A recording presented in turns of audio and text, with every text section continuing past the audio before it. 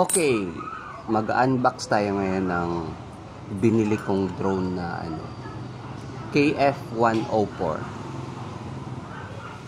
Ito ay ship from Lazada. Adadating lang. Tingnan natin.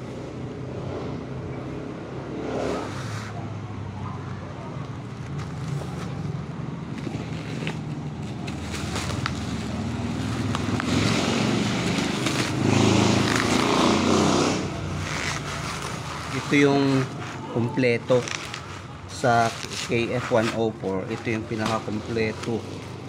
3 yung battery. Meron siya dapat na bag. 3 ang kanyang baterya. Oops, naka-sealed.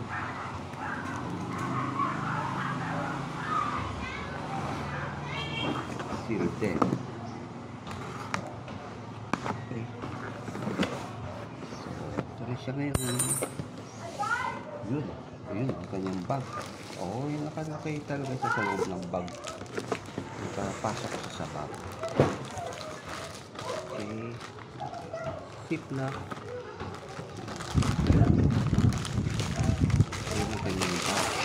Yun. Sa YouTube, yung nagre-review ng KF-104 doon puro ibang lahi, ibang language, wala man lang English. Subukan natin sa Tagalog. Ito na. Ito yung ating drone. Ito yung ating drone. Ang drone natin is nasa 0.6 kilogram ang weight nito Ngayon, hanapin natin yung mga batteries. Okay. Ito ang isang battery. Ito ang pangalawa. Ito yung kanyang OAS. Yung isang battery nakasalpak siguro. Kaya pangatlo. Tingnan muna natin kung anong nangyari sa tamang pwesto. Okay.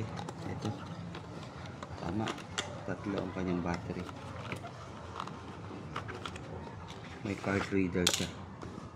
Itong kanyang SD card.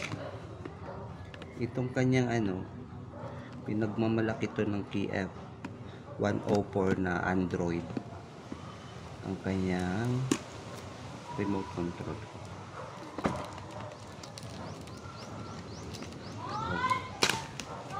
Okay naman siya. Legit naman siya.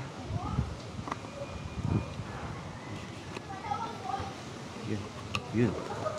Ang kanyang may manual sa loob. Ito ang kanyang ayos na.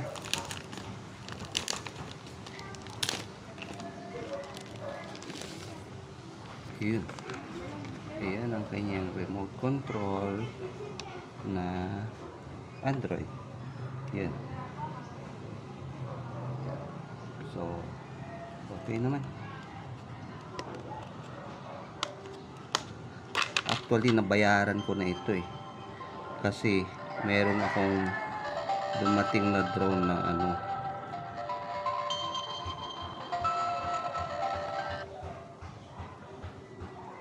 may dumating kasi ako na drone na palpak. Grabe.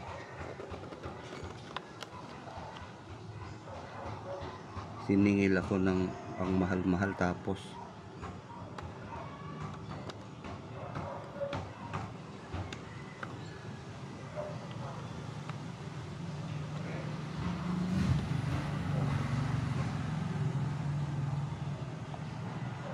activation. Okay, pag-aralan na natin, kumpleto naman. So, meron siyang extra na propeller. Yan, may charger, may screwdriver. Okay naman. Ito, chino-charge. Paano ito chino-charge? Dito. So type C. Direct siya sa charger. Okay naman. Kompleto naman. So sa susunod, kung mayroon pa tayong i-upload, kung paano naman siya mag-activate. Okay.